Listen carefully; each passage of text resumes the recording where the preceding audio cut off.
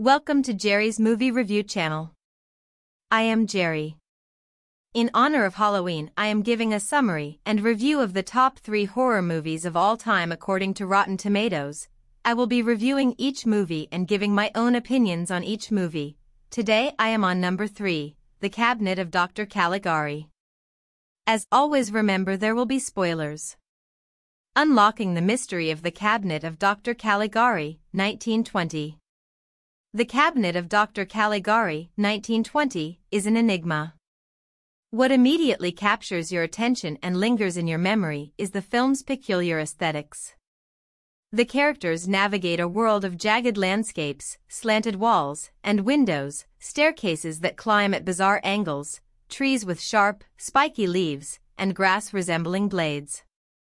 These radical distortions set it apart from its predecessors, rooted in the camera's natural inclination to capture reality. The stylized, obviously two-dimensional sets must have been more cost-effective than realistic counterparts, but their purpose goes beyond mere frugality. Director Robert Wien is weaving a tale of delusions and deceptive appearances, a narrative about madmen and murder.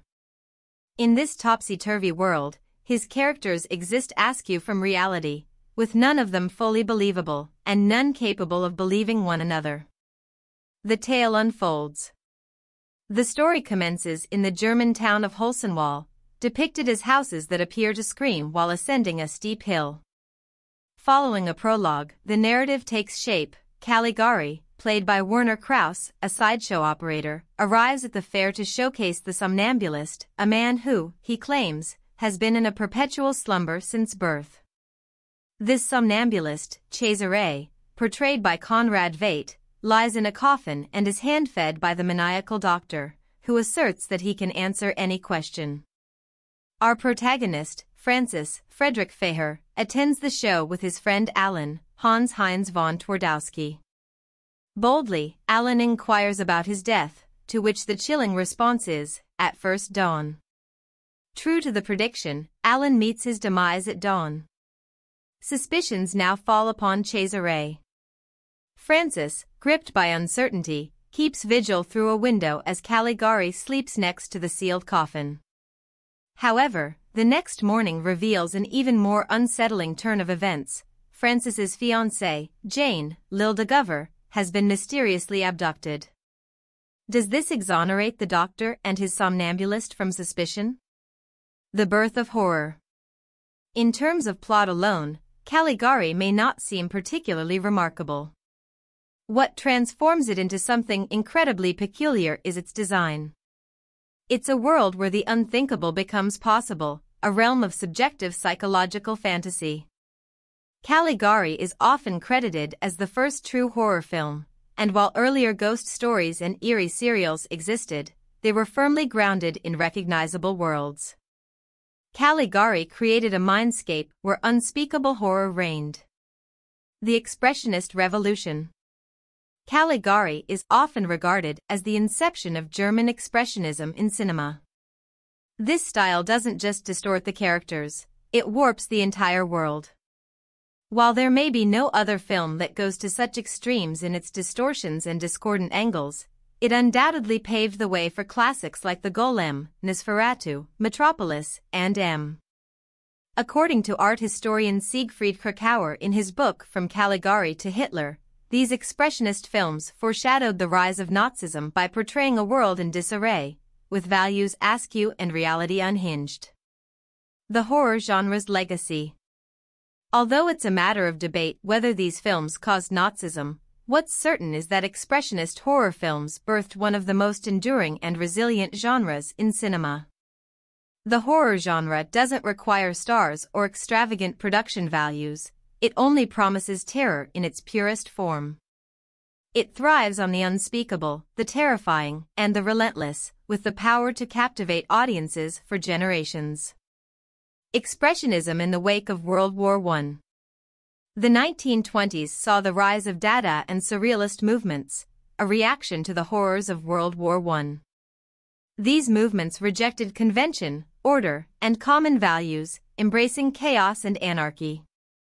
In a world scarred by mechanized warfare and upheaval, it was difficult to return to tradition and tranquility. The Cabinet of Dr. Caligari must have been profoundly unsettling to its 1920s audience. Even today, it retains its mesmerizing quality. The film's original version, with its spots and blemishes, adds to the effect, making it feel like an ancient record of a forgotten story within an even older tale. With its tinted scenes and iris shots that open like eyes onto hidden narratives, the film conveys the sensation of witnessing events others can't comprehend. The visual language. Wein masterfully employs iris shots, emphasizing our privileged perspective on events. He also superimposes words on the screen, conveying Alan's sense of being surrounded by voices.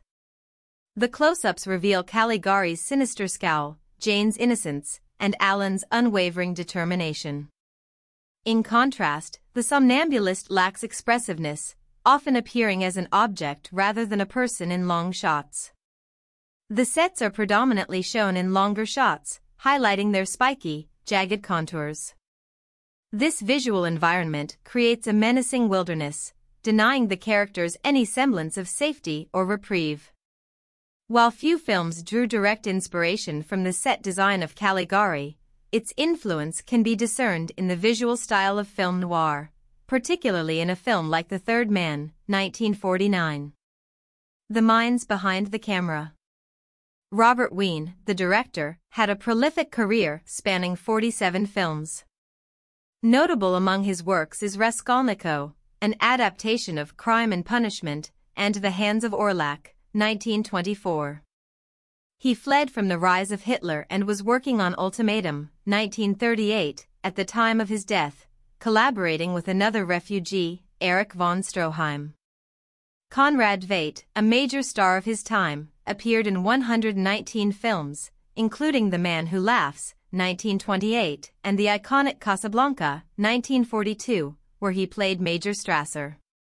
In conclusion, The Cabinet of Dr. Caligari remains a seminal work in the history of cinema. Its expressionist aesthetics and enduring legacy in the horror genre continue to captivate and intrigue audiences, making it a timeless classic.